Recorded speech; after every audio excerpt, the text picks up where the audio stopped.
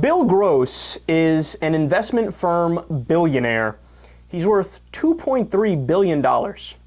And in his latest monthly outlook letter for his company, he had a massive change of heart. In fact, he says that he got rich at the expense of the less well-off, and now he feels guilty. Fascinating, man, because it's so rare that you see somebody who's super rich and made it just by pushing numbers around on a computer screen actually admit it and say, yeah, you know, this is kind of bullshit. Well, listen to this. This is from his letter, quote, "Having benefited enormously via the leveraging of capital since the beginning of my career, and having shared a decreasing percentage of my income thanks to President Reagan and Bush 43 via lower government taxes, I now find my intellectual leanings shifting to the plight of labor. Having gotten rich at the expense of labor, the guilt sets in and I begin to feel sorry for the less well-off. I would ask the Scrooge McDucks of the world, who so vehemently criticize what they consider to be counterproductive, even crippling taxation on the wealthy in the midst of historically high corporate profits and personal income, to consider this. Instead of approaching the tax reform argument from the standpoint of what an enormous percentage of the overall income taxes the top 1% pay, consider how much of the national income you've been privileged to make. In the United States, the share of total pre-tax income accruing to the top 1% has more than doubled from 10% in the 1970s to 20% today. Admit that, and I and others in the magnificent 1% grew up in a gilded age of credit where those who borrowed money or charged fees on expanding financial assets had a much better chance of making it to the big tent than those who use their hands for a living. A fair economic system should always allow for an opportunity to succeed. Congratulations, smoke that cigar, enjoy the Chateau Lafite 1989.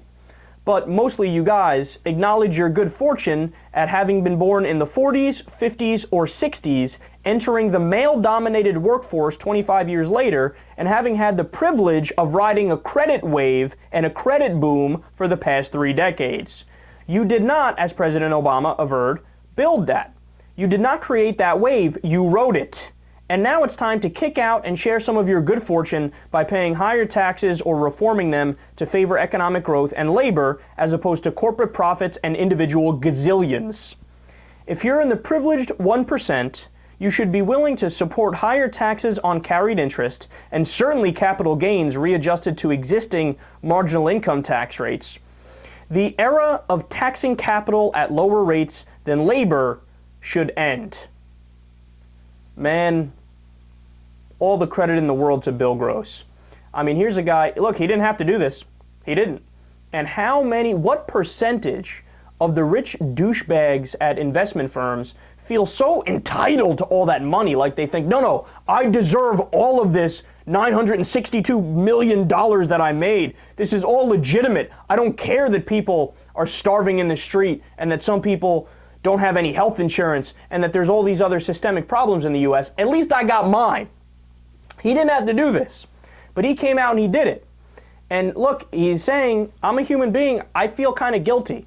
I made $2.3 billion and I'm living in a country where we have all these problems, this massive wealth inequality, and there's something wrong with that. And instead of all the people that are on Wall Street bitching and complaining and moaning about, oh my God, there's a war on us, oh my God, we're not making all that much money. Think about it in perspective, dude. I mean, you have to realize during the golden age of economic expansion in the United States, the top marginal tax rate on the rich was between 70 and 93%. Now look, the effective rate was much lower than that because there's all the loopholes and deductions that factor in, but the effective rate was still 43%. Today, the effective corporate tax rate is about 12%.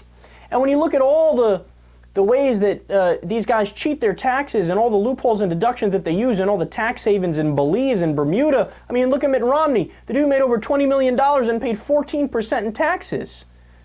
We're living in an era where the rich pay almost no taxes and the poor and the middle class pay a higher percentage. That's a regressive tax system. Why the fuck should a construction worker or a teacher or an accountant or a plumber have to pay a higher tax rate than Mitt fucking Romney or somebody on Wall Street?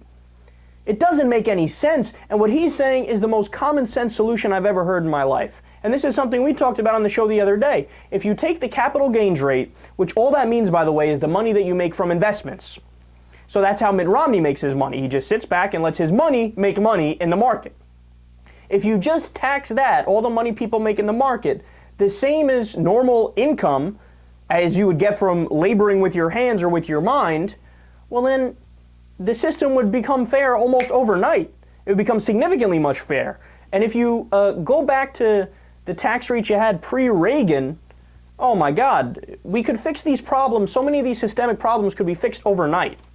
And then all you have to do is take all that extra money that you've accumulated from making these slight tax changes, and you can actually build a real social safety net like every other modern industrial nation has.